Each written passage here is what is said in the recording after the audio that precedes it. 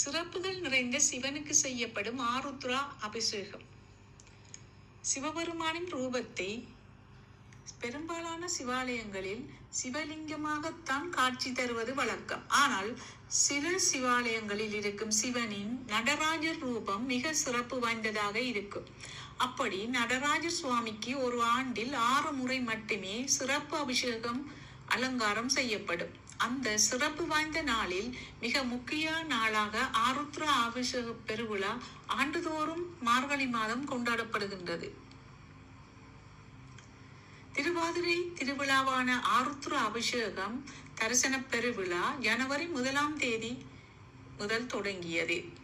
வியாக்கிரபாத முனிவர் பதஞ்சலி முனிவரும் சிவபெருமானின் திருநடனத்தை காண விரும்பி ஈசனை துதித்தனர். அவர்களுக்காக திருநடனத்தை நிகழ்த்தி காட்டிய நிகழ்வுதான் ஆருத்ரா தரிசனமாக கொண்டாடப்பட்டு வருகிறது.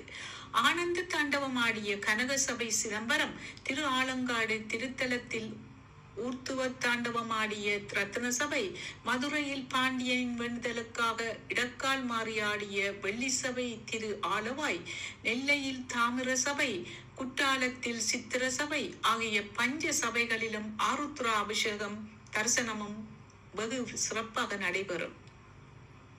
அதிலும் குறிப்பாக சிதம்பரத்திலும் உத்தரகோச மங்கையிலும் மகா ஆருத்ரா அபிஷேக பெருவிழா ஜனவரி 1ஆம் தேதி கோலாகலமாக தொடங்குவது வழக்கம். சிதம்பர நடராஜர் திருக்கோவிலில் 10 நாட்கள் கோலாகலமாக நடக்கும்.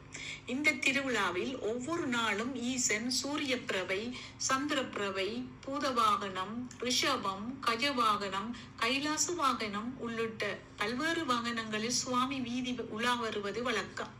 ஜனவரி 8ஆம் தேதி பிட்சாடனர் தங்கத்தேரில் எழுந்தருளுவார்.